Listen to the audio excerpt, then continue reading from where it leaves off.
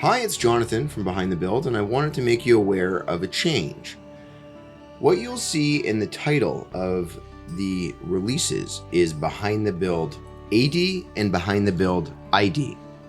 Behind the Build AD is architectural design. Anything associated with architectural design will be released on Mondays.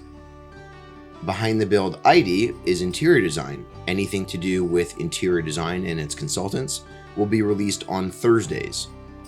I would ask kindly that as you hear this, if you could, to find the rating system in the format that you listen and consume Behind the Build, and please give it 5 stars. It helps us with overall engagement and visibility with a new audience.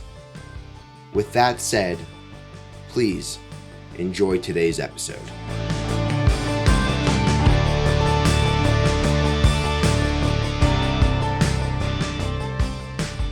Welcome to Behind the Build. I'm your host, Jonathan Jacobs. Today I've got with me a woman that started her own practice a couple years ago. We actually had connected a couple years back as well about a potential project that we didn't get. It happens. We can't win everything.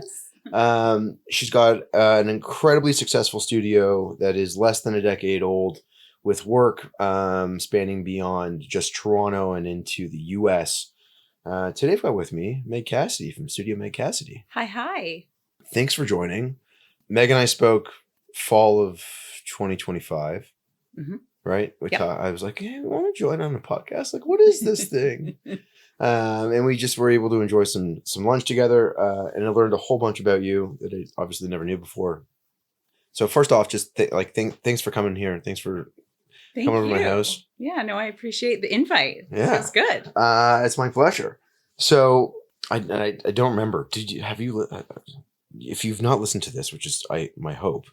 Okay. I am a newbie to the podcast, I could say, but I did, as a matter of fact, catch a little bit of Tommy's episode that you had. Yes. Yeah, that had an explicit rating. He liked that. Yes. Feels very Tommy.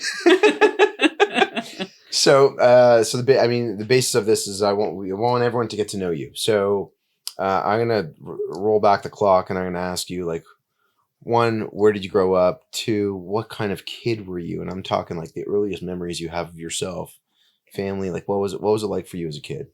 Before we get into where Meg grew up and the influences that shaped her early on, it's worth grounding this conversation in something that quite literally sets the foundation for every home.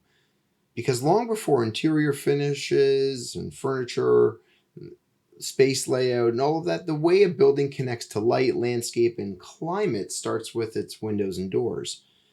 Every home begins with an opening, how light enters, how views are framed, and how the building performs in its environment. And that's where the doors plays a critical role.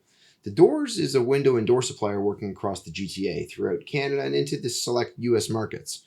They support everything from large-scale curtain wall systems on new builds and renovations to highly customized solutions for complex renovations and more. Their product range includes steel, fiberglass, vinyl, aluminum, and wood-clad systems, with the ability to deliver fully custom aluminum colors and profiles to meet architectural intent. They work with leading global manufacturers such as Rayners, Aluminum, and Schuco, Aluplast, offering low-profile, high-performance systems known for durability, thermal efficiency, and refined detailing. These are windows and doors designed to be visually quiet while doing significant technical work. Beyond supply, the Doors manages the full scope, from shop drawings and coordination through to installation and long-term service.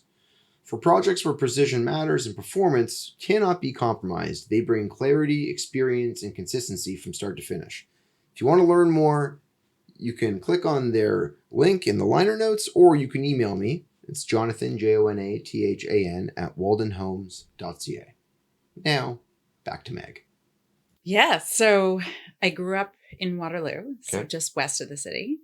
And I was a child of a family that I felt had, 2 very distinct types of family members on both sides. So my dad's side of the family was what I would always say very scholastic. Okay. So we had doctors and lawyers and teachers and, professionals.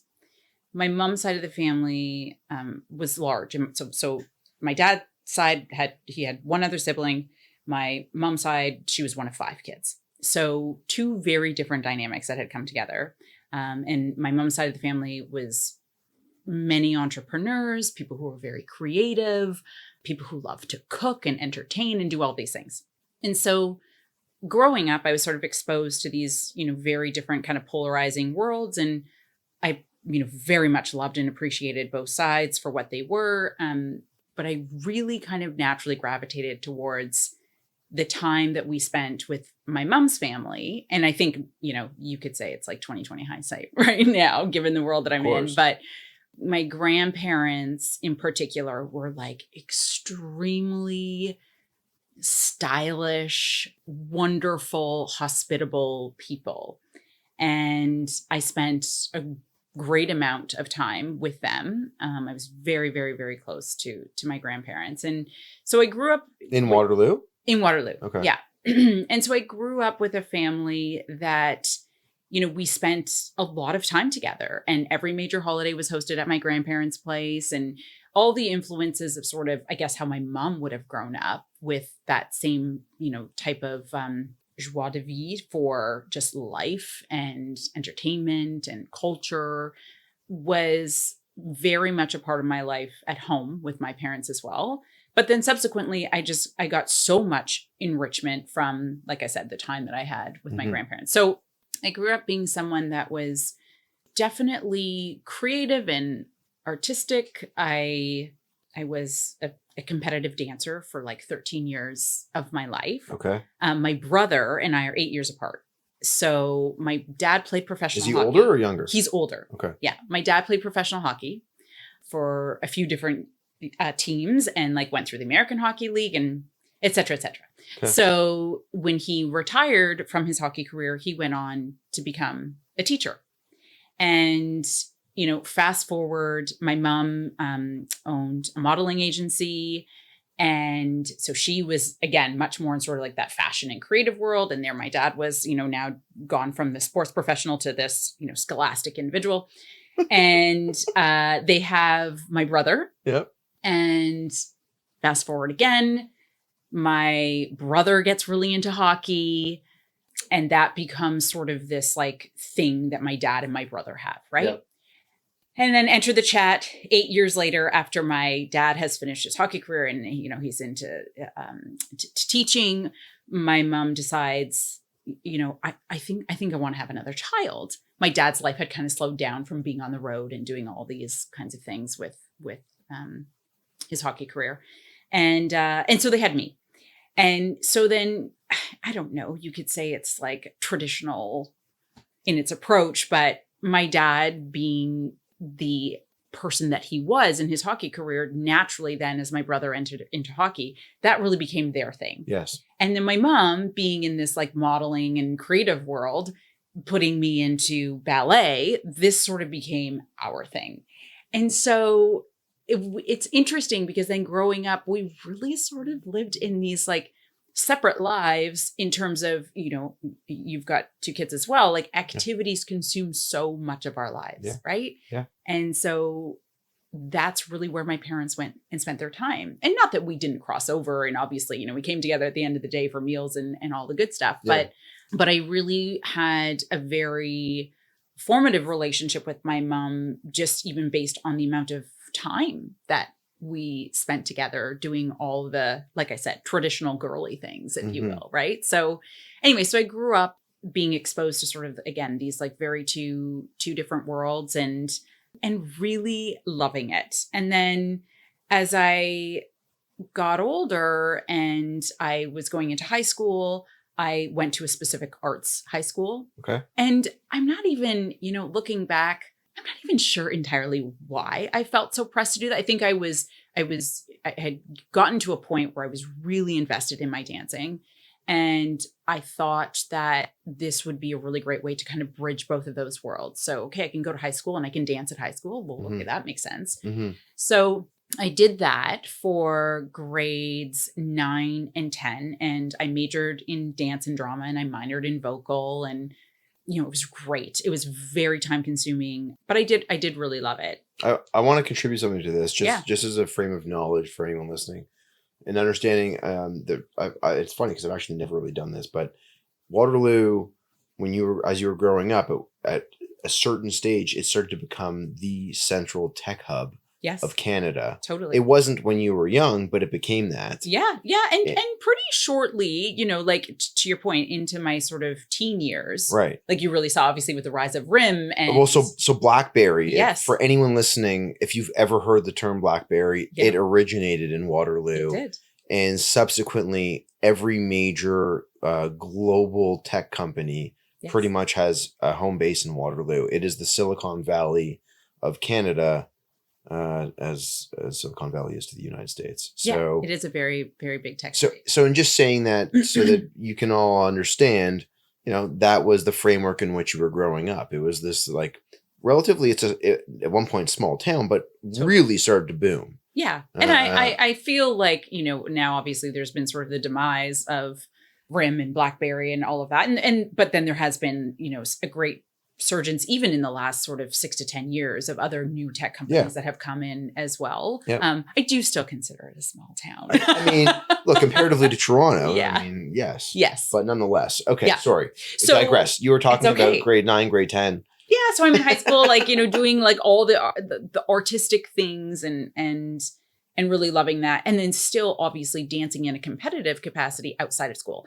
And so, right or wrong, I think, we all get to sort of that teenage age where we're like, okay, so is this something that I'm really going to do forever? Or do I want to? Or what does that look like? And I finished up my grade 10 year and I really felt like, I think that this chapter is like ready to be closed. And I don't want dance to be the thing that consumes my life forever. So what did that look like for you and your mom? So I changed schools. I changed high schools. And yes, that era of like mom being a part of all my, dance excursions, etc., came to an end. And my mom was really okay with it. Like, I think that there was just an underlying understanding that this wasn't something that I was going to take with me forever. And while I was, good at it and enjoyed it for that period of time, it was totally okay. I'm sure my mom felt like she got some of her life back because, again, it was just a really time consuming exercise. Yeah. So that ended and I finished up high school at a different high school and just kind of, went about the very normal and general way that we would all kind of go through school, but still, had a very strong connection to the creative world and art. And it's as cliche as it may sound, but I did in fact wallpaper my own bathroom at 16 years old. Like I went out and bought wallpaper. How were the seams? Not great. Definitely not great, but passable. And so, and it sounds so cliche that I hate to almost say it, but like I moved the furniture around in our house, all the time. And my mom was so welcoming of it. She never the entire bedroom could be turned upside down from what it was when she left. And she'd be like, this is great. And it may not last forever, but she never, ever made me feel like, I didn't have permission to do that. That's huge. Yeah. As you're saying this, I'm thinking like, would I be able to accept that if that was happening in my own house? Right.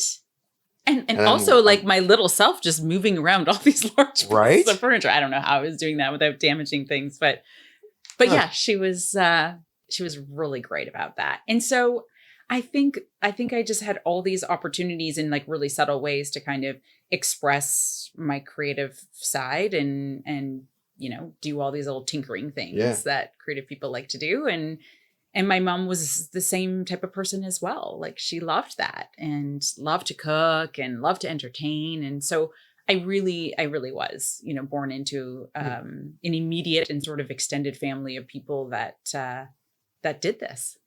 I find it really interesting. I think that so many people that I tend to have on here grow up in A-type households. And so relinquishing control over things that happen inside the house are sometimes hard for some parents. Yeah, I think I'm making it hard for my kids a little bit. Like I could probably take a little lesson from my mom. You're internalizing. Selfishly, I'm like internalizing right now as you're describing this. I'm like, oh my God, I have things to improve on as a parent right now. I think so. Yeah. Like my girlfriends will often comment that like they'll come in and they'll, be in my kids' rooms and they're like, wow, it's like there's nothing in here that's a mess, or there's no posters on the wall. Like I'm like, oh, maybe there should be. Should there be posters on the wall? I don't know. Anyways, but yes, I think I think my mom was like, certainly. We didn't know this was going to become a therapy session. Like, wow, we're really digging deep here. Sorry. Okay. Well, let's get to the point where you're in high school, and what are you really focused on in high school? As like, what are the courses that you're really finding are sticking to your interests? Yep. Are keen, you're motivated by them.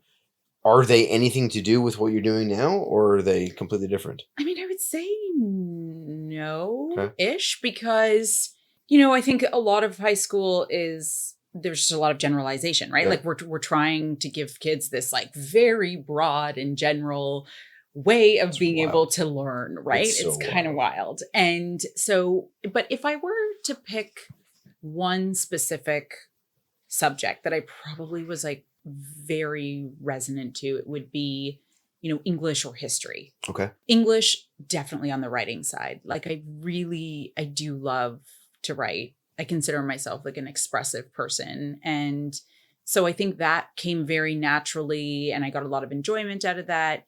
History was just interesting, right? Like just so much to soak up. I always felt like I had a really cool history teacher. I think that helped. Same. Right. I used to draw when we were learning about battles. Yes. And stuff over time. I used to draw really small miniature people in the battle in my textbooks. Okay. And then I'd realize I'm going to get in trouble, and they're going to want to find me because I'm just drawing the textbooks. So it would always be in pencil. And I would go back to the drawing when I was studying for tests and be like, oh, I remember this. It's so fun. But that's great, because you're taking something that like you're actually figuratively putting out of your mind. Yeah. That you're seeing take place, and then like applying it to something, which I think is great. Something different. Yeah. So I think those two subjects kind of really probably spoke to me. So what did you then apply to for university? Right. So then this is if I go back to sort of what I said previously about these two parallel worlds that my parents lived in. Yep. I did not pursue the arts. I went on to actually get my Bachelor of Science in psychology. So there was a time when I thought, I think it, you could say like the writing side of things and the communication and the expression, etc., made sense in terms of this path, because I really felt that a level of corporate communications was like the path that I was going to go into. Right. Mm-hmm. So the psychology side, and I have a little bit of a burn for helping people. Like that's a bit in my DNA. And so I was just really keen on sort of that topic of psychology and all the ins and outs of like just how we are as people and how we go through life and what we encounter, and how I could be sort of someone that could work with others in a capacity that I really felt fulfilled by being able to help them. And, or like I said, on the corporate communication side, where I could work in an environment that like really improved on how it is that people work together and what that looks like and what those communication principles are, et cetera. So I went down that path and graduated.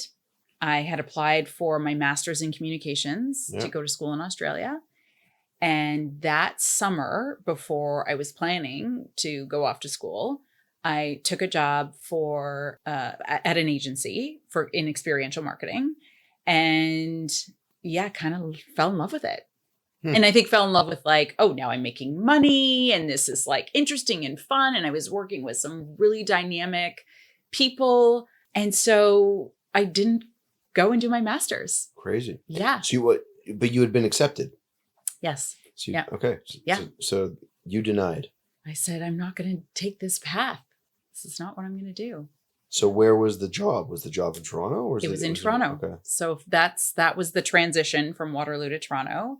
Yeah, I moved here and, literally on a shoestring budget of like this new kid on the block trying to work for an agency, which anyone that's worked for an agency knows that budgets are very lean.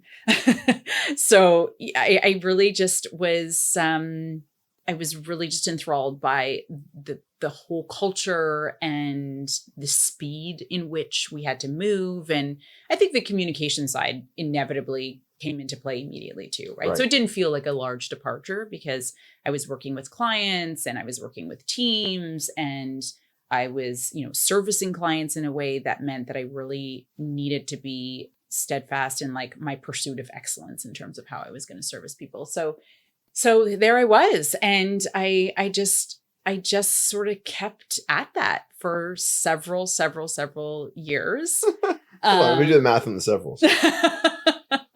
Okay. Yeah. In retrospect, it felt like a long time, and sort of weaved in and out of, I worked for an agency, I left, I went client side for a short period of time, came back to another agency, left, came back to the original agency that I worked with. And it's not like abnormal in sort of that creative agency space that we all move around and experience different things and different clients and different types of creative work. Yeah. And in the midst of all of that, I got married and I have 2 children. As Meg's been talking about growing up in a home where people gathered, entertained, and spent real time together, it highlighted how powerful those shared moments can be. Because one of the strongest memories are tied to the kitchen, the aromas, the routines, and the way food brings people together. Think about it for a moment. There's that dish someone in your family used to make. Maybe it was your mom, your dad, or one of your grandparents. Maybe it was one of your siblings. Maybe it was you. A chicken dish, a pot of soup, noodles, rice. Something that would slowly fill the house with an aroma you still recognize instantly. Even years later, one smell can take you right back. Those moments happen in the kitchen. They always have. That's why working with a company like Kaplan's Appliances matters. They've been a trusted fixture in the city of Toronto for decades, supplying appliances that don't just perform but quietly support the rhythms of daily life. From preparing weeknight dinners with your kids to hosting family and friends to those traditions like, maybe Taco Tuesdays that become a part of a household story. Kaplan's offers a wide range of thoughtfully curated appliances. From Sub-Zero, Wolf, Miele, Fisher & Paykel, Jenn-Air, La Cornue, and more. Backed by deep product knowledge and a team that understands how integral these decisions are to a home. They're not just supplying equipment, they're supporting the spaces where memories are made, where people gather, and where homes truly come alive. They're a trusted partner in their construction and renovation process because they understand that what they provide isn't just about function, it's about connection, reliability, and creating the conditions for moments that stay with you forever. If you want to learn more, you can find them in the liner notes. Website's there, or you can email me directly. It's Jonathan, Jonathan, at waldenhomes.ca. And so when my first daughter was born, I did take time away from work, to be with her. And I think that was sort of like the first tipping point, even though that was in 2008. And I didn't start my firm until 2017. But I feel like that was a little bit of a tipping point back into sort of what embracing my creative side would look like, because I started blogging, I started doing things at home.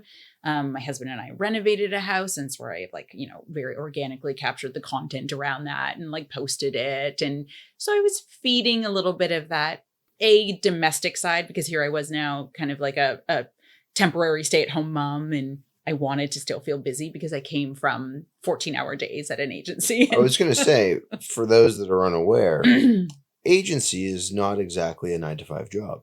It is most certainly not a 9-to-5 job. And so, it kind of grooms you to be that type of person that doesn't really know how to shut off.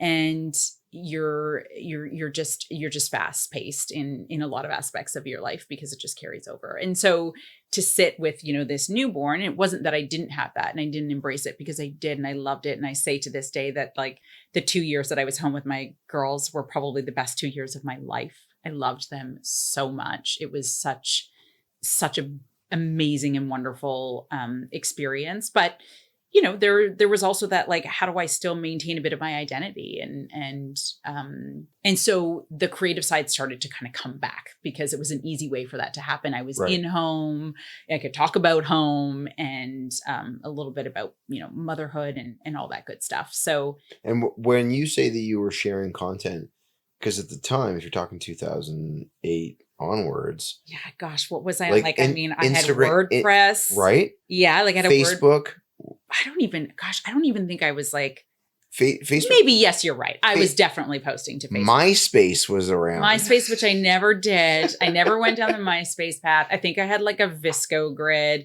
I definitely had a Tumblr. A Tumblr, okay. Yeah, loved Tumblr, loved that. I think that was like the first foray into just that whole world of just visual content, like straight visual content. Well, I'm thinking of it from the standpoint of when you're talking about sharing your renovation of your home. Yeah. How are people able to consume it? Because it was not the same as what it is today. Yeah, but blogging then was like a thing. Huge. Yeah, people loved it. Yeah. And so I really embraced it.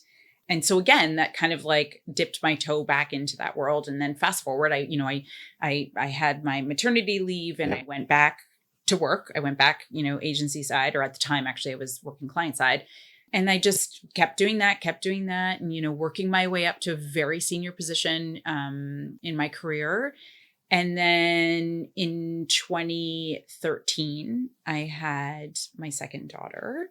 And same thing again, I took that year off and we had moved, we had a new house. And so then I was doing, things within that new house. And so the cycle really it really repeated itself actually. And so again, finished that maternity leave, went back to work.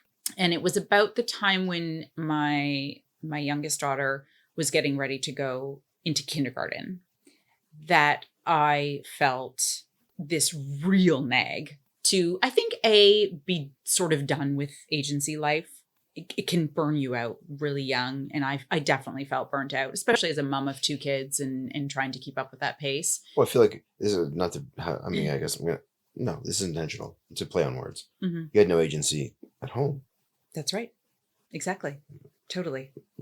Right? Like you're really wearing just like all the hats all the time. And you can't, it's in that scenario, it's hard. If you're gonna be high level in advertising. Yeah.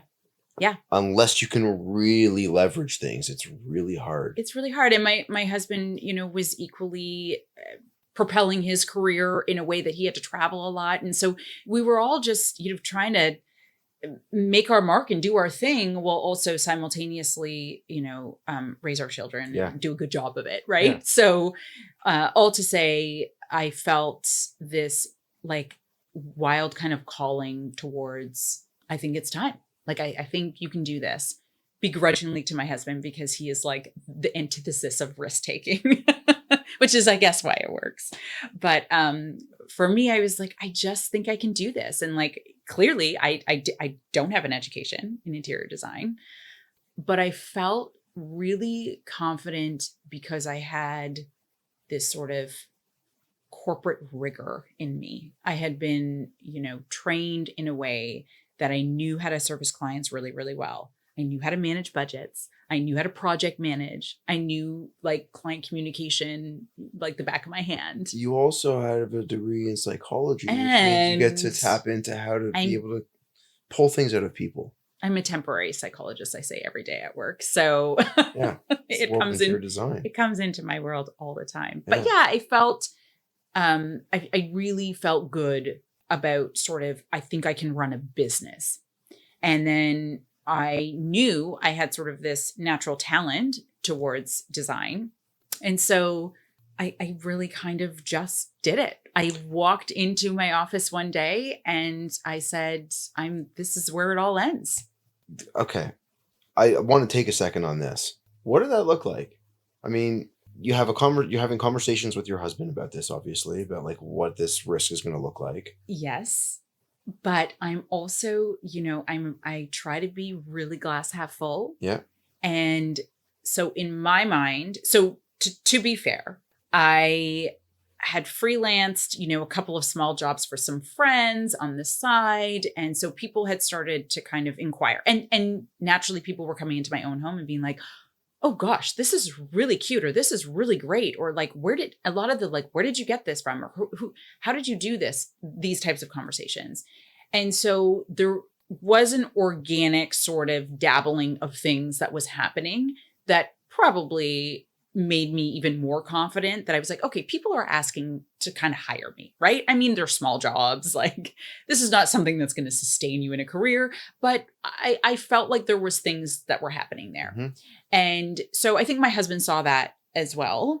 And, you know, I think if you asked him at the time, he'd be like, this is a terrible idea.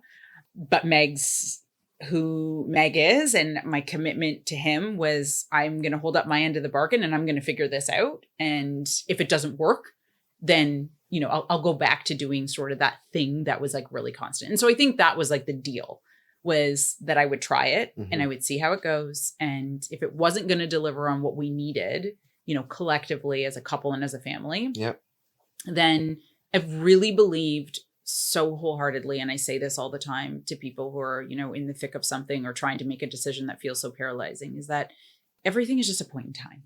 So if we can make a decision for now, because that feels like the right decision for now, that doesn't need to be the decision that is forever. Exactly. Yes. Yeah. So amen to that. Amen. That was kind of the confidence boost, I guess, that allowed me to go out and do this. And then it felt a little feverish at first, because I thought, oh my gosh, like the business side of me is, I need to have all of my ducks in a row to make this happen. So let's get into that a little bit, because I don't always get into all of this. So what did that look like in the beginning? Did you work with someone on from a coaching standpoint?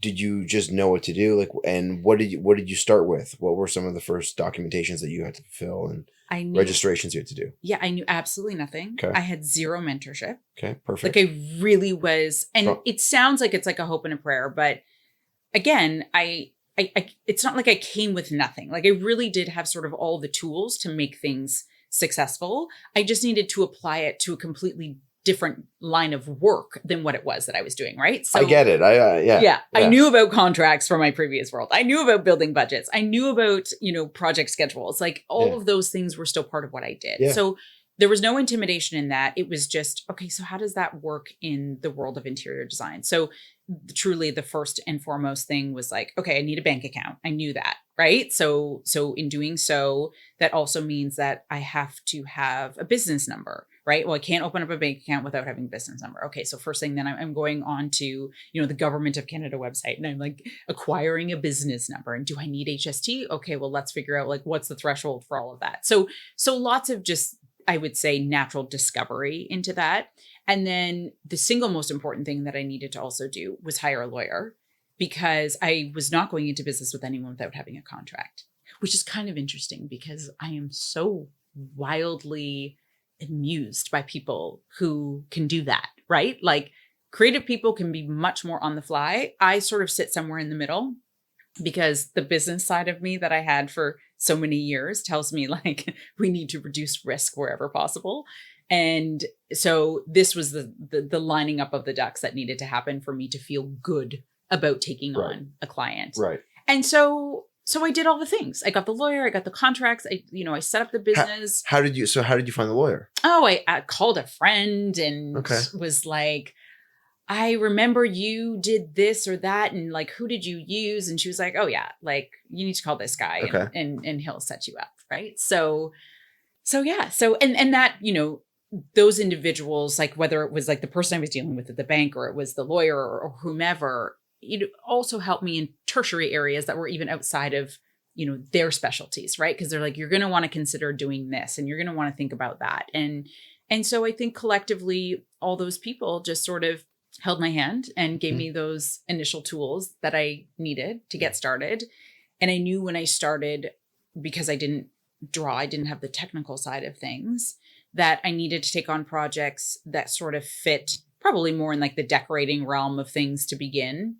And I got really lucky because a previous client that I had done like this little freelance job for on the side said, I have a friend that's, you know, building a house and, you know, they have the house built, but they want someone to come and decorate it.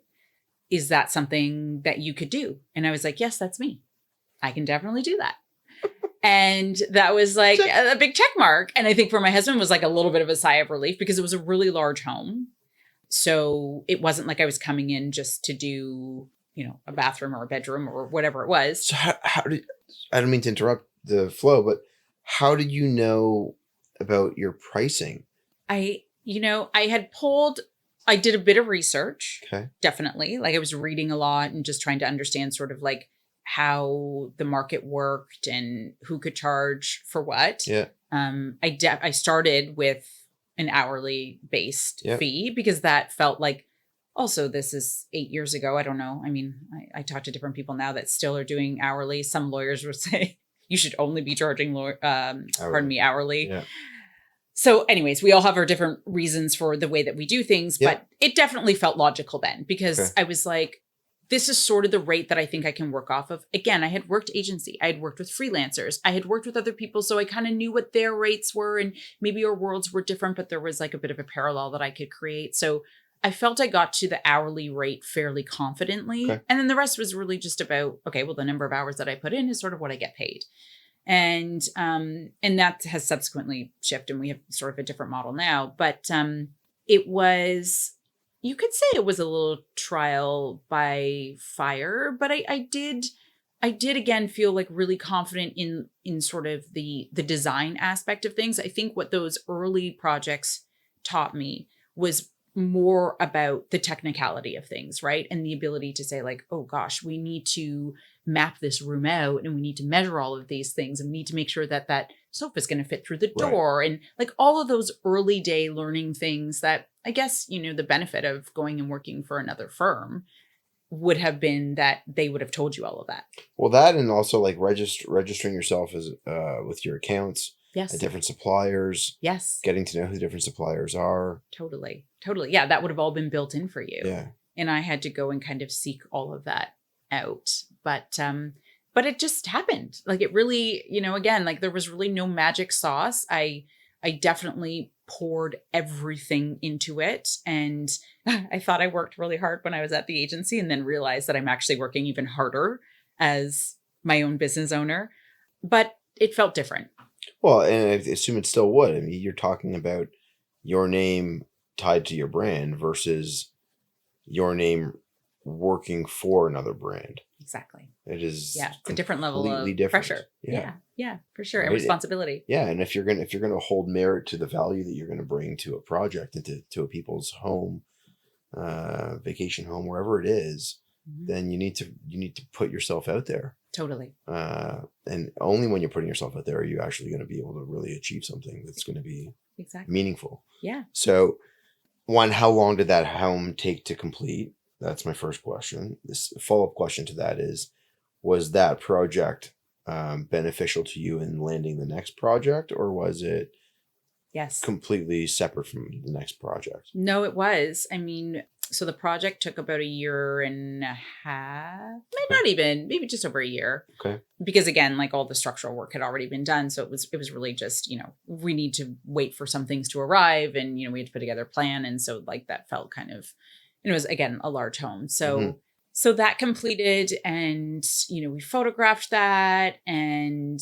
it got published and I think a little bit of this like trickle effect then started to come through social. Because it was around that time that I really started to see sort of like this increase in following and engagement was just really, really high. And that was, to this day, I would say, Instagram and just social in general at that sort of 2017 to 2018 kind of juncture was the biggest pipeline driver for us in terms of new business opportunities. So I don't know that we actually said it. So what was the year you founded your company? 2017. 2017. Yeah. Okay. So within that year, to 1.5 years, I really saw this kind of like spike in, again, just people inquiring and interest and opportunities. And so that's when I started to realize that, okay, now the inquiries that are coming in are going to require a different level of expertise that I need to bring to the firm. And that's when I started hiring people that could do that.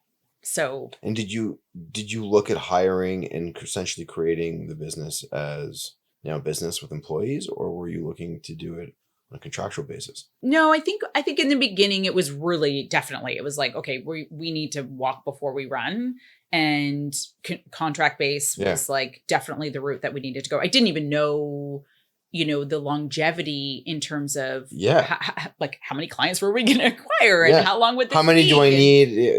Yeah. I mean, I assume like you created a business plan, you understood what that would look like, but you don't know. There was still so many unknowns. And I think, we're in a service business, right? So it's not like I was selling something off the shelf that I could try to say, okay, well, in month, 1 through 6, this is what we sold. And this is what we kind of project for 6 on.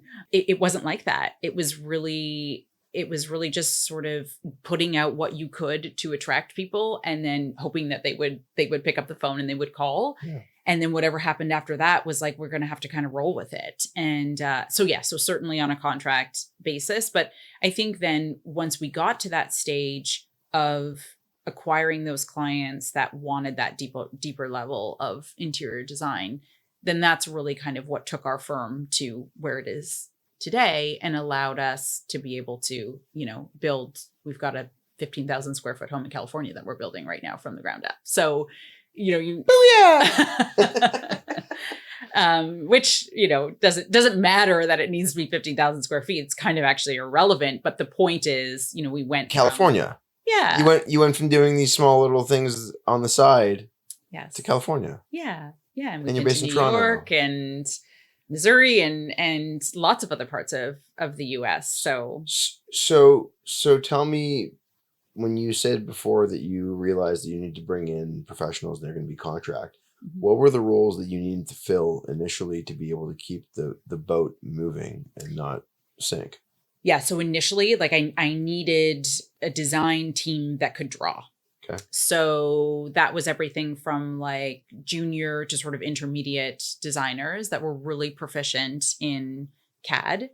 In the early days, we weren't really rendering as much. It didn't seem to really matter. I still have opinions on even rendering today.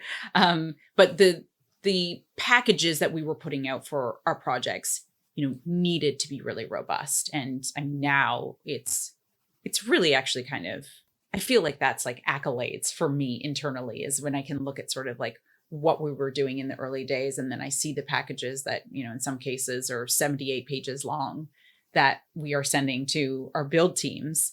And we had one of our builders recently say, we've never had such a robust package delivered to us in a way that's just so clear and reduces so much ambiguity in what it is that they need to do. So I think for me, those are the pride markers, right? Is being able to say we went from this to this, and what we're delivering for our clients now is something that's so enormously professional and thoughtful. It's interesting you say that, because I kind of feel like there's an allusion there to the client being not only the client that's funding the bill, but also the one building it. Yeah. The client, in many ways, you're giving them something that they need to work from. Yeah, definitely. And so fulfilling that level of relationship. Oh, yes. Is our builders are our clients just as much as our clients are. Yeah. Because that relationship is so important. And I think when you have a really strong partnership between the build and the design team, the end result is tremendously more successful. Yeah. Yeah, definitely. What was am I wrong? Isn't the triangle the strongest shape? The triangle is the strongest shape. Yeah. Client, designer, builder. There you go. We're stable. Right?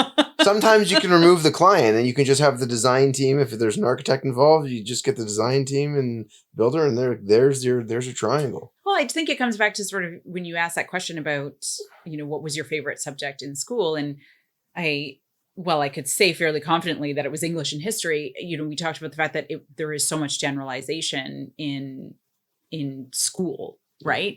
And so if you take that and apply it to sort of what it is that we do now, I'm sort of trying to move away from that. And I want specialists. I want people that are just really, really good at the thing that they do. And so this is often where we have these conversations with clients who are sort of maybe teetering on, do I need an interior designer or do I not? And it's just how I always use the analogy of, I don't tell my mechanic how to fix my car because I'm just not an expert at that. I don't know where to buy the parts. I just, this is just not what I do.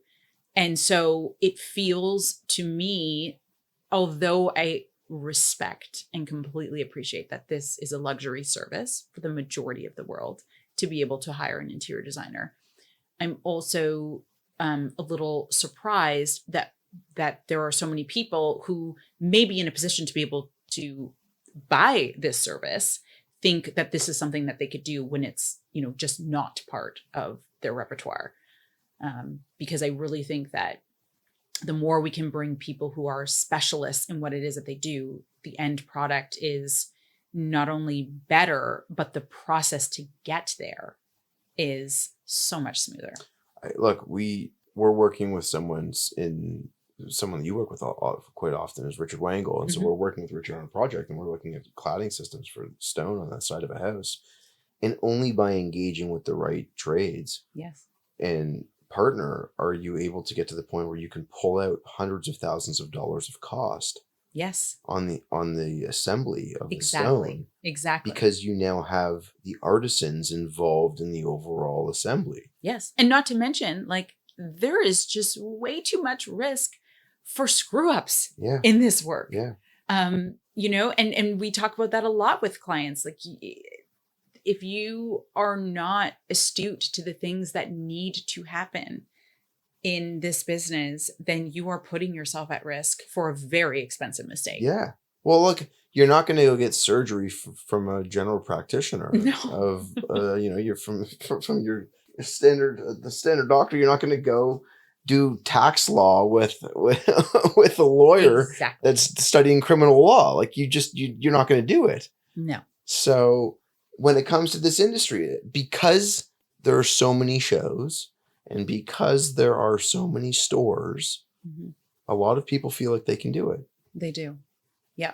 It's within reach. Literally, you can walk, you could drive and reach for it, and there it is. Yeah. But knowing how to put it together, knowing how to come up with good drawings, building a team, all of that. And subsequently, I think even just as a client, thinking about that when you're hiring your design team. So say you have made the decision and you're like, okay, I'm not doing this on my own.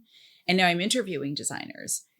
I really hope that those clients are thinking about things from that perspective, beyond just sort of what the pricing is that's sitting in front of them. That, gosh, I feel sorry for clients sometimes because I know that these proposals are never an apples to apples comparison because so many of us do it in so many different ways. So I think my goal is always to try and say, how do we articulate what it is that we do in the best way possible, that we can convey some of these things that maybe another designer isn't thinking about, right? So I talk a lot about the fact that I have business experience because I've worked with clients who have worked with other designers, either on a previous project or they got halfway through theirs and they had to let them go because they're really great creative people, but they just don't know how to run a business. And so things started going astray and they were forgotten, or billings were done incorrectly, or project schedules were not being aligned to, because they're just big thinkers in terms of sort of the ideation. But when it comes down to the execution, let me tell you, that is the longest part of the cycle. And you want to be going through that with someone who has a tremendous amount of experience and best practices on how it is to be able to do that, so that you're not put in these positions that can be, again, really costly or really stressful. It's stressful enough, right, to build a home or to renovate. And so my hope is that when we are communicating with our clients, or prospective clients, I guess at that stage, is that we're able to articulate some of that to them. And so that then it's things that they can also be looking for when and if they're interviewing other designers, that they're thinking about that. Because at the end of the day, if we cost a little bit more than the other person, please make sure that you're not just hiring them based on price, but that you're also considering all of those other things that maybe that more expensive proposal is going to give you in the process. Yeah. You reference what it is to be providing people with, the forecasting of what could come, and that's a part of the proposal and what it looks like. And you talked about the importance of bringing in the right people to fulfill what you need to fulfill in drawings and the other professional elements that you can't do all of the tasks associated with running the business. So, what does your staff look like now? How many people are you? And what do the roles look like internally? Yeah. So, I mean, we've had lots of flex over the 8.5 years now that we've been doing this, which I think speaks to sort of what we say about the inability to always have the foresight into where things are going to be. So, we can be anywhere from like 7 to sort of 5, which is like where we've been right now with our accounting and sort of our bookkeeping, Yep. and then my design staff. And I think that what I've realized through the ebbs and flows of early days of contract versus, hiring, people that we have on full time, is that, again, it comes back to that specialty side of things, right? So really not trying to make someone a generalist. And that's hard when you're a small company because you're trying to do a lot with very little, right? And so sometimes that forces people to have to, I mean, certainly I have worn every hat and continue to wear every hat all the time, but it's my company and that's what I'm going to do. And so I do, though, try to be really mindful of when I bring someone on that I'm really hiring them to do something that they're really good at. And so I admittedly will sort of always hold the reins in terms of overall creative direction on what it is that we're doing for our clients in design. And so my team has been mostly made up of people who are a little bit more on the technical side of things, because that's not my specialty. That's not my expertise. I've become very good at, obviously understanding the documentation that we need to support, but I'm not drawing. And so for me, that's sort of where I put my efforts in terms of staffing. And then on the accounting and sort of business side of things, I have a couple people that really look at my business holistically in terms of, where do we want to go from here? What does planning look like? What does growth look like? And then ultimately just the day-to-day invoicing and accounting and back-end stuff that, again, just as you said, like we're not sending the GP to do the surgery on something. So I am just acutely aware of the things that I am good at and the things that other people are really great at. So when you talked about expansion and growth, we alluded to it a little bit before, and that was talking about, you saying having this large scale home in California.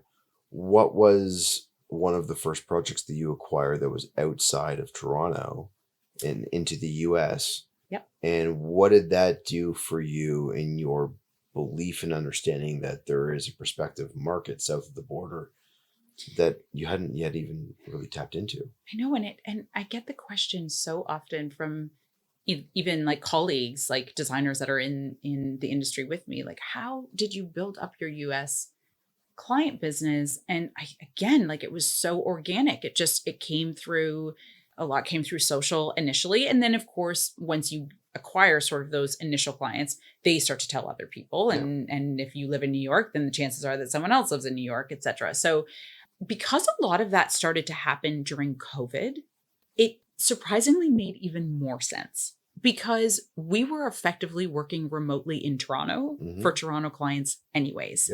And so, and the same was true for anyone that was in New York, and the same was true for anyone that was in California. And so I think that clients probably had a little bit more confidence in being able to even ask us if this is something that we could do, because they knew that they were kind of going to work in a remote capacity to make this happen anyways. And we really gave them that confidence to say, like, listen, this is what we're doing, and not needing to be on site every day all the time. It just wasn't necessary. Right. So to kind of answer your question, one of our first New York clients that came to us, again, found us through social and just asked the question, is this something that you could do? And we were like, yes, of course it is. Absolutely. Yeah, we got to go figure it out. Yeah. And it didn't feel hard. It didn't feel hard at all. Like, it really, I mean, we had enough, that was probably a couple years into having the firm. And so I felt like I had a team, well set up to be able to do it. And just the confidence to be able to, again, deliver on material that was so clear for anyone that was doing the work there. So when you were working, because we had talked a little bit about this over the course of lunch, and a lot of these projects that were in New York specifically were renovations. So, excuse my naivety in asking the question: was it within your capacity to do things like windows? So windows are kind of funny in New York because you basically, in 99.9% of the chance, can't touch them on the front. But if it's no, because can't touch the back either. Most of it is we did a lot of apartments in New York, right? Oh, okay. So it's like you're not touching them. Okay. In a house, yes, of course. I was thinking like the brownstone. Yeah, and that's kind of like heritage here, right? Yeah, It makes it a lot more difficult. Yeah. You have to kind of go through all the same processes to be able to do that. But no, we had and we always have had really strong, trades and construction teams in all of our projects. And I think that that's probably also why it works, to be honest. I mean, I can talk about how great we are and all the lovely tools that we provide, but the truth really is that we cannot be great without having a great team there, especially because, we are effectively remote. And so I think we've been really lucky that we've worked with, and in this case, actually, so where we continue to get, additional projects, whether it be in New York or even in California, similarly, we've continued to work with a lot of the same build teams, which is helpful too, because if you are trepidatious as a client in hiring someone internationally, having the same build team gives a lot of credibility and confidence to be able to do that. Definitely. Saying, we worked with Meg and her team and this is like very possible and easy and not complicated at all. And so how often are you having to travel between here and south of the border? Yeah, it depends on the scale of the project. So like, if it's an apartment in New York, I may only have to go a few times. Okay. Versus, this larger project that we have in California is definitely has me needing to go out there at a steadier cadence. But again, surprisingly, between, the regular cadence of status meetings that we have, and, we have tons of technology to be able to support, like, Meg, I am on site. I need you to look at this now. It's like, great, pull up your phone and we can do it. So right. I really haven't seen a barrier. If anything, what it has allowed is a great deal of efficiency in the projects that we do in the US or in any sort of kind of remote capacity of any kind, because it means that those trips that I take, our clients take very seriously. Mm-hmm. And they understand that there's no time for paralysis in decision making. Meg is here. We need to make decisions. And so we are going to make them during this time. And then we are going to move on.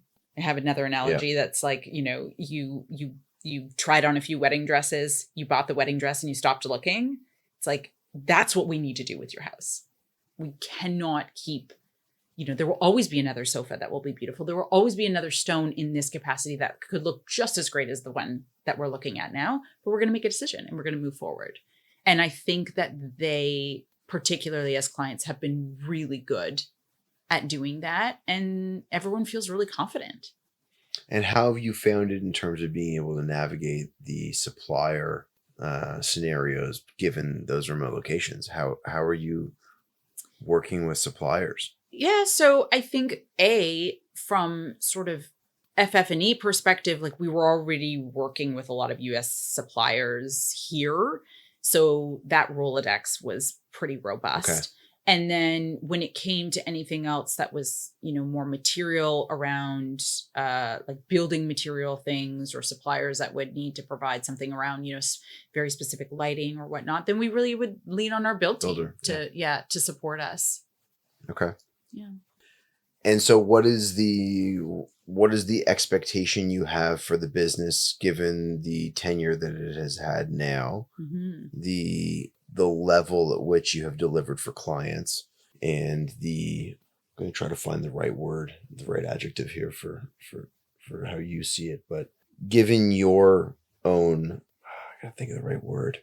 It's gonna be weaker given the build up now. But how hard, I know we talked about this and you being hard on yourself and a critic of yourself. Mm-hmm. So having achieved what you've achieved at this point, what is it that you're looking to want to achieve as you continue to go forward? Oh gosh, I say it all the time, but I think we're just getting started. Okay. I really genuinely feel like that. We have seen great success, obviously, we talked about this, while we were having lunch, but this business is very long haul and it takes time. It takes time to build up a portfolio. It takes time to have confidence in the work that you're doing and the understanding of it and getting to a place, where we are now, where I have, far more confidence than I did in 2017. But I think that there's so much more that we have to kind of put out in the world. And I think that growth is just, it's just imminent. And the runway that we've had at 8 years has got us to a place where, again, what we can deliver back to our clients now is obviously significantly better than what we could do, 7, 8 years ago. Yep. And so I know it's only going to get better from here. And then I guess separately, we've got sort of a custom furniture thing that's happening on the side. I was mentioning to you, I'm writing on Substack. So for me, I'm definitely fed by change. I love change. I love evolution. It's something for me personally that needs to keep me engaged. And so I think that all of those little tentacles that we have happening on the sides are things that, are going to fuel a little bit of that being challenged and fed the change that I need personally, but also to help us grow into a firm that can really bring some spectacular things to the world of design in a way that I wouldn't think, very traditionally about it. And I think that we've done a lot based on certainly our expertise and what we can bring to the table, but also working with clients who have a lot of strong opinions about what it is that they want. I don't know if you can avoid that in this industry. I think that's always going to be there. Yep. But I mentioned that I listened to a portion of Tommy's podcast this week. And the one question that you did ask him was sort of around that, like, have you ever done the project that you feel like is the project, right? That you're like, this is all the accolades that I could need. And he was like, no, I don't think I've done that yet. And it got me thinking a little bit about that question. And I would probably answer it the same way, in the sense that I don't know if you ever will. Maybe, right? I don't know. Maybe that sounds like too emotional in my thinking, but I think that if you're ever fully satisfied with that one project that was like so fantastic and so amazing, then you're not challenging yourself to think about what the next thing could be that could be so amazing and so fantastic. So for me, that's why I say we're just getting started, because I think there's just so much more that we can do. And I think that if we're really thriving in our firm, then we're always challenging ourselves to do things bigger and better and more interesting and thoughtful for our clients. Are there any specific locales that you really want to try to get into that you have not yet broken into? Yeah, I think, from a geography perspective, we love East Coast. I mean, West Coast is great too. East Coast for us feels like a natural fit, I think, from a client perspective. There's something to our New York clients that's very different to our California clients. I think also just the natural geography of California speaks very differently to the type of design that we would do there than what it is that we do here. And I'm not trying to peg ourselves as a specific style by any means. Which is actually part of the illusion that I was going to get to is, you know what? I'll save that. Go ahead, finish what you're going to say, and then I'll go there. Okay, so I apologize. No, that's okay, because I think that comes up a lot, right? Oh, I might not call Meg for that because I haven't seen her do that kind of work. Yeah, what's her range? Yeah, exactly. Or, oh, that seems like very Meg. And I've always said, I don't really want anyone to go into somebody's home that we've designed and then be like, oh, this is very clearly a Meg Cassidy designed home. And it's like, I don't know that that's something that I want to put my stamp on, because if I'm doing a really good job, it really needs to feel like that client's home that was just brought to life by someone that did it in a really thoughtful and articulate way. So I just saw this clip of oh my goodness, what's his name? George Costanza. What's his name? Oh my god. Yeah. Yeah. Oh my gosh. Now we're both doing it. This is crazy. Hold on, I have to go to my phone. I've got to check what's his name. And I watch Seinfeld like on the regular. My wife and I are rewatching all of Seinfeld right now. Of course, we all are. In the morning. Out and we watch Seinfeld, and I'm sitting there laughing my ass off as I'm working out. George Costanza. Oh my goodness! And everyone listening right now, you're blurting out his name as you're listening. So terrible. But the problem is that it's hard to sometimes remember these things when you're going through a thought process. Jason Alexander. Thank you. My goodness. Thank you. Wow. Anyhow, so Jason Alexander's on this interview talking about how they ended Seinfeld. Okay. Yes. And what was the reason for it? He gets into this whole description of what it was to be on the show and how amazing it was and how the writers could have kept going and how for Jerry and for Larry David, they could both continue to make money on this. But the problem would have been for them that they would have, at that stage of their career, they now would have been George Costanza for the rest of his life. Sure. And he would never be able to land another role. It would be typecast. That's it. Done. And the same can be said for design and architecture, both. Like that you can have a certain aesthetic and that's what you attract, but you've never actually been able to go and see the diversification of your portfolio if someone doesn't give you the chance to try something new, solely based on you, the merit of what you put out, the quality of your drawings, and your interest in wanting to push the boundary in a new way. Totally. So with all that said, that long spiel, I'm sorry for it. With a blip on Jason Alexander. That was awful. I cannot believe I forgot his name. I might need to edit that one out. No, I don't want to. I need, you gotta own your failure sometimes. And that was a failure. This is true. So with that said, because we talked about the idea of working in different geographical locations, and now design aesthetic, do you feel like you have hit the broad range of what you're capable of designing at this point? No. It's a loaded question, I know. Gosh, no. Right? No. I think, again, and this isn't to say that I don't think that it's, like, I'm not suggesting it's not okay to have a style. I think that that's very good and normal, because at the end of the day, clients need to distill in some way, right? So if I'm going to look at different designers and what it is that stylistically they're putting out into the universe, then they want to gravitate towards something. They want to feel something that feels resonant to them. So I think that's all good. I think where you continue to, though, be challenged, as I keep saying, but also relevant, is the ability to do things differently. And that is a challenge, because you do have to have a client that is willing to go down that path with you, right? And maybe do it with you based on not seeing something that's ever been done before. So it's really easy to say, like, oh, I can hire Meg to do X, Y, and Z because I've seen her do it on, it's on her Instagram, it's on her website. And so I have all the confidence in the world to do that.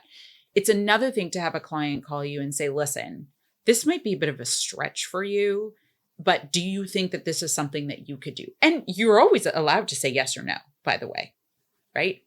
For me, I think that you can sort of play in your lane in terms of your level of comfort in what it is that you feel that you can do well, because I will be the first person to also say that I don't think anyone should hire me to do, like, what is it called? Grand millennial chic. Like that's just not, I am not likely going to be the person that is going to deliver on that type of aesthetic for you. There are people that are much, much better at that.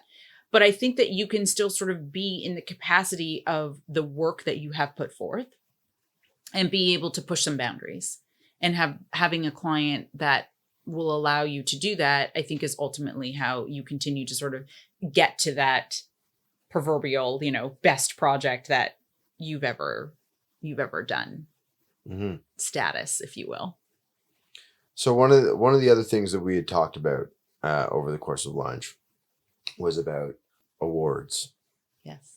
and critique Mm-hmm. and all the rest of that, and what the industry holds in some ways, whether it should be sacred or not sacred. Mm-hmm. And I bring this up because one of the core things that we're really trying to do with Behind the Build was to, one, bring together who the community is and have them have a voice in a way that isn't about awards, that isn't about critique, but legacy for the person sitting across from me to be able to talk about what they've done for themselves in their practice and the people that work there in their own words, and what the path looked like to get there. And I say all of that because there is this affirmation that exists within our industry of the need to make it to a list, Mm-hmm. and the need to have the accreditation, the promotion of all of that. Do you feel like that is as important as what it was when you were starting your practice? Because it was, at the time, it helped. Mm-hmm. Do you feel like you still need that now? So ironically, I think when I started my practice, I cared less about that than maybe I have cared about in more recent years. Interesting. And probably because just the level of confidence that I've grown over the years of, building this business means that maybe selfishly there's like this deserving factor, right? Like I've done all this work. We've done it really, really well. We've built this up. We talked about this. I mean, I was put on the list of the top 20 under 40 designers on a global scale after 2 years of me being in this business. And, obviously a fantastic accolade. And then subsequently over the years that we've been doing all this, there's been other, like, whether it's little lists or, just publications in general that have happened. And of course it feels very nice to be recognized. And I think as creative people, we're all sort of vying for that feeling, right? Like kind of like an artist, right? Like I put all this art on this canvas and all I want is for the world to see it. And all I want is for someone to pay some exorbitant amount of money for it, because then that means that my work is valuable. And I get all of that. And I have felt all of that. And it is a struggle sometimes when you're not on the list, or if you pitch something and it gets denied. It's kind of like modeling, back to my mom's world. Man, it's like, it's just a cutthroat business. We all know that because you're being told no more than you are being told yes. And you've got to have a lot of thick skin. And I mean, I think that parallels into our world often, even just with clients, when clients are like, nope, I don't like it, or nope, I don't want it, or that doesn't work, like you're constantly having to sort of justify yourself. Mm-hmm. And I think that has made for an industry that sometimes can be a little bit fickle and can create competitiveness amongst colleagues that is probably not necessary and could be a lot more collaborative than maybe what it is. I think, being able to sit, just like what you're saying, what we're doing here, or at a round table with a whole bunch of people in the industry to really get an understanding of like, is this what's happening for you? Or how do you do this? Or can you give me a page of your playbook? Because again, I came into this with nothing. So those resources and those camaraderies, I think, are so, so important, just as it is, celebrating obviously our successes. I think what I'm starting to feel now more than ever is a little bit about just feeling good about the work that we're doing and some of the self-publication around that. And then ultimately, my clients will always be my biggest fans. And their, word of mouth and their recommendations and how they speak about us is really the most important thing to me than anything. Mm-hmm. So I think if I really root myself back into being so steadfast in my pursuit for excellence in client service, then I care most about how they feel. they're the ones pay the bill at the end of it all, right? They do. And I think they just, it's a home. It's their personal home. I want them happy. I want them feeling good. Like, who wants to walk away from a project with a client that's not walking in the front door and being like, I am the luckiest person to be able to be here. Yeah. Well, and their refuge, right? From what they're dealing with in their day. Totally. I mean, I always say it all the time, but I'm like, what a privilege to be able to write that story with them. You know, it's such an intimate practice of what it is that we do. And I've, you know, gone through so many emotions and experiences and things with clients, you know, coming back to the world of psychology, but yeah, it's real. Like, we go through all of it together. And I want that experience to be something that is as joyful as humanly possible and is left with nothing but really good things to say. So while the awards are a lovely bonus, you know, my clients will always be the people that I care the most about how it is that they speak of me, or what, you know, whatever type of award it is that they want to give me. I dig it. It's true. I mean, I tell every single client when we're going to start working with them, I'm like, you know, there's going to come a stage during the course of this project where you're just going to hate us. Yeah. It will happen. You'll get fatigue. You'll get tired of it, but we will not back down. We will still be there for you. Yeah. And we will be there when you want to walk through the front door. And then afterwards, we're going to be there for service. Yep. Because there's no point in undertaking any of this if you can't finish it with the people that you wanted to start this thing with, and be excited about it and have curated that relationship over the time. Yes. To hopefully, you know, have them as someone that wants to go out for dinner with you afterwards because they're happy with the service. Yes. And they don't feel like they were taken. They feel like they got every single iota of energy and love and care that you put into the craft. It's a very rewarding industry when it can be treated that way. Yes. I have to say to you, thank you so much for taking the time to do all of this with me. Thank you. It's been such a joy getting to know you. We didn't even touch on the fact that by having pursued this craft, somehow you're also your family's. Oh, you know what?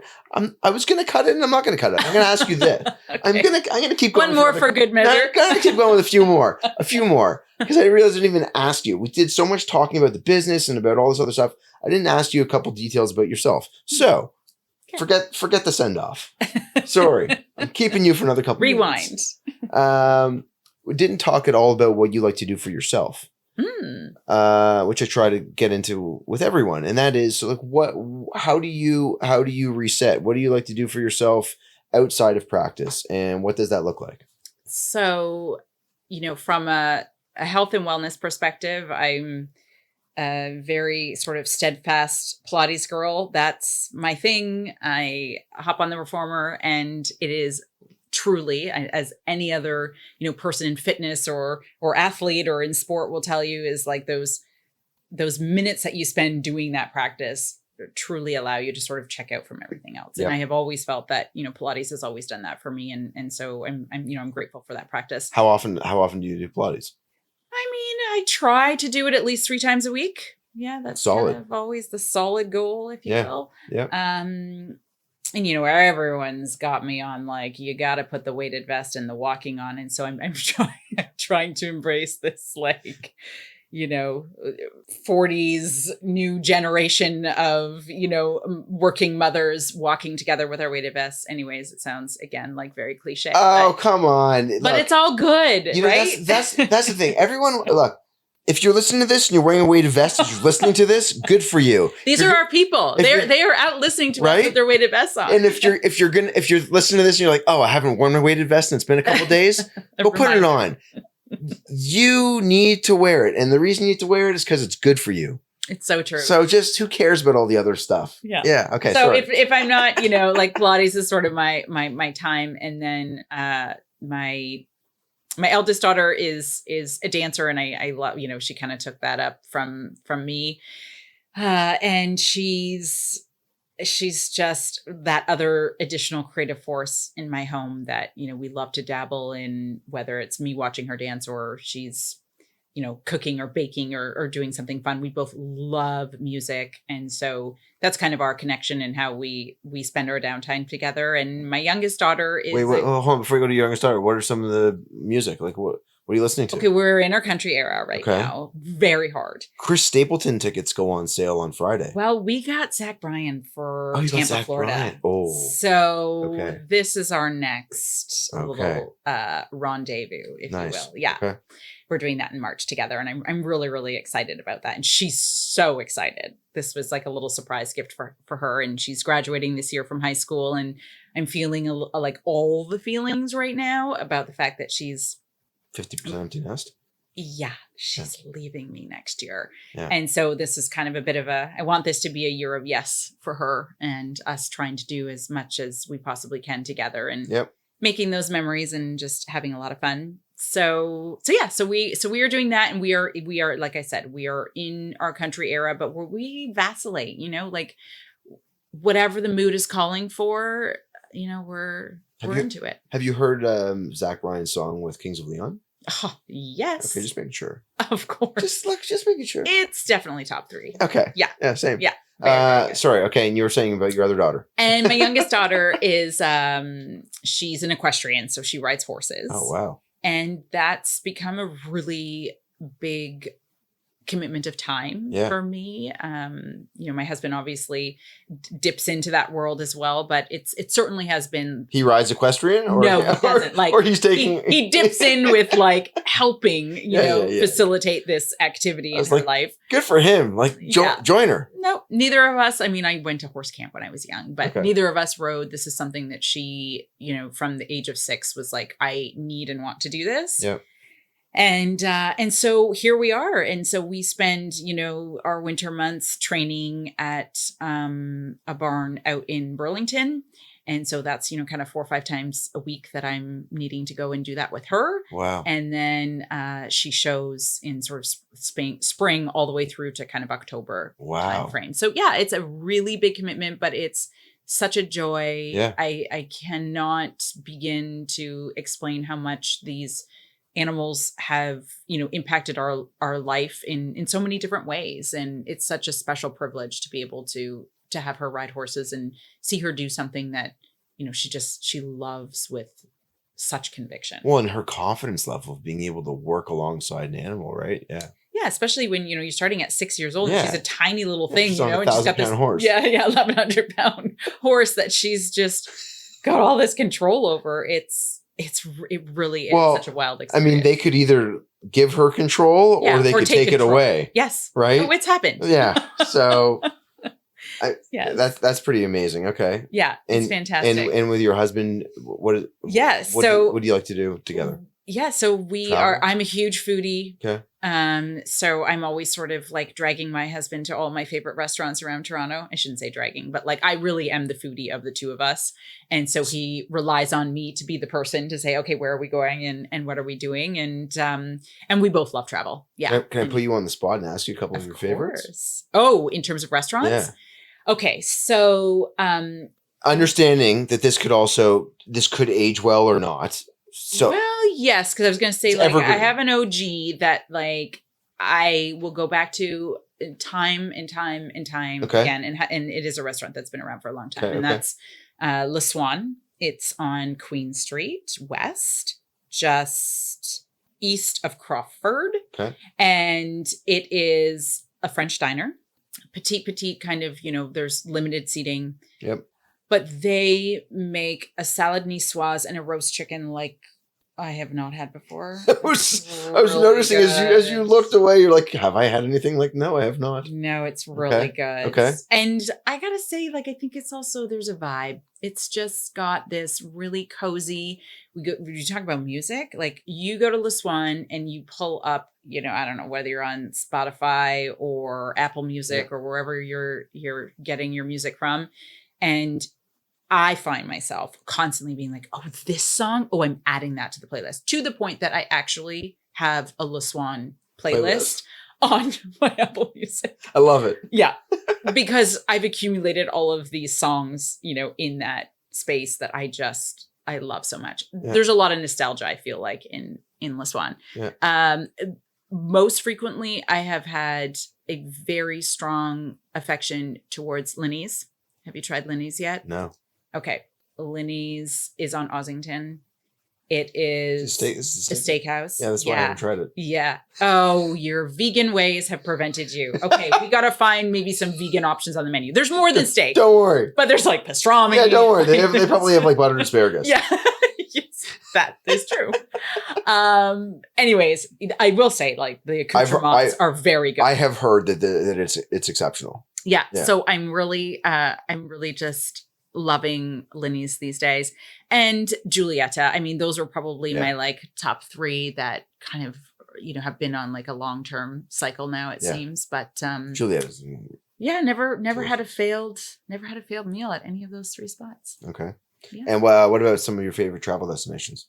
Oh gosh. Well, I mean, it's kind of funny that we have as many projects in New York as we do, but that goes way back from like, as a family, we spent a lot of time in New York in my younger years. And so there's like a little bit of this, like I grew up with New York thing. My husband loves the city so much. He's a bit more of like a hustly bustly kind of travel guy, like loves to see a lot of more fast paced, larger cities. And then on the other end, we have family in California and we spend a lot of time there, like, at least once a year, we're going out there and just doing kind of the opposite thing, which is taking things a little bit more slowly and enjoying the warm weather and spending time with family. Mm-hmm. And then in between all that, we've both spent a bunch of time in Europe sort of in our earlier years. But yeah, I mean, now we're at that stage where we're like, okay, we're going to have one gone from home next year. And it has had us thinking a lot more about like, what do we want travel to look like? So we'll see. We'll see. I'm sorry for your oldest daughter not going to be able to. Never mind. She's going to have a good time. She's going to have a good time. She's going somewhere anyways, which might take her to like a million other places. So I think she'll adventure herself around. I love it. Just well. Okay, now I will say thank you. Thank you for having been a part of a sign off twice. Thank you for the candor. Thank you for the time and your willingness to want to take a chance on doing this and not knowing where the questions were going to go. I appreciate it. I wish you nothing but continued success as you continue to go forward, and I hope that you don't have any form of pigeonhole on anything on design side of things. Yes, so I hope that you're able to design what you want to design. Thank you for doing this. Thank you, Jonathan. It's been a pleasure.